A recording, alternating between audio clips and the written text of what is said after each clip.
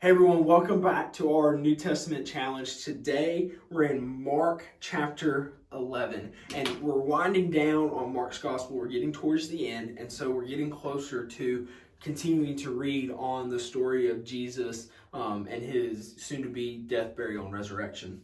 And so here today, I really want us to hone in on verses 15 through 19. And I'm going to read it. It says, "They came to Jerusalem, and he went into the temple and began to throw out those buying and selling. He overturned the tables of the money changers and the chairs of those selling doves, and would not permit anyone to carry goods to the temple. He was teaching them, 'Is it not written, my house will be called a house of prayer for all nations, but you have made it a den of thieves?'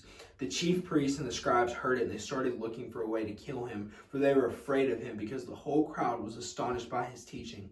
Whenever evening came, they would go out of the city." So here, this is one of the famous examples of whenever we get mad, we think about, oh, that must have been righteous anger. Well, let me tell you, 9 times out of 10 when I'm mad, it's not righteous anger. So you're thinking, well, I'm just always righteously angry. Well, maybe you need to reconsider. But this is the thing. We see here Jesus comes in and he is flipping tables and he is upset over what is happening here in his house in the temple. And so what they had done is they had taken it from being a house of worship, a house of prayer, where they would go and they would worship God, to they were selling and they were exchanging money, and it basically became a supermarket right there.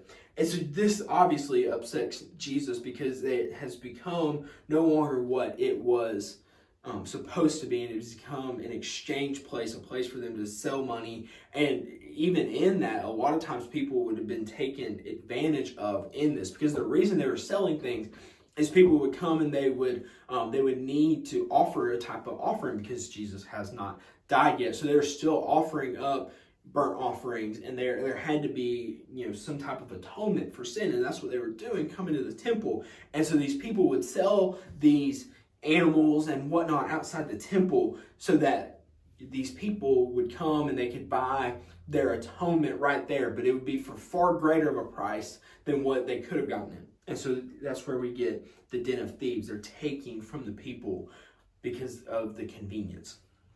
But this is the thing, and really where I want us to land here and grasp is the reason why Jesus was so upset was because this was his Father's house. This was the temple. And there is an element of respect that comes with walking into the temple here. And what we need to grasp here in modern day America is, and I know we do all types of fun things. We play fun games. We get messy at church. But what this boils down to is this is still God's house. This is still the place where we worship, where we pray, where we gather as a congregation.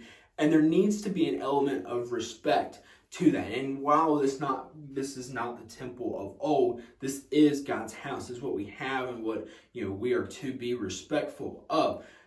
But also with that, not just respect the building, but respect what we've come here to do. We come and we play games. We have a blast on Wednesday nights and different events and whatnot. But the purpose of us being here is not just to have a blast and have fun and do all these crazy weird games and whatnot. The purpose of us is to come and to gather as believers or tell others about Jesus, to pray, to worship, to grow in our walks with the Lord.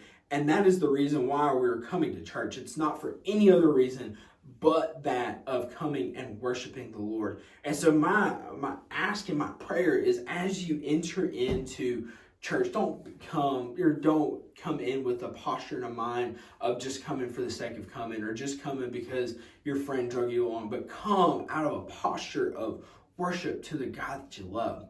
So I hope all of you have a great rest of your day.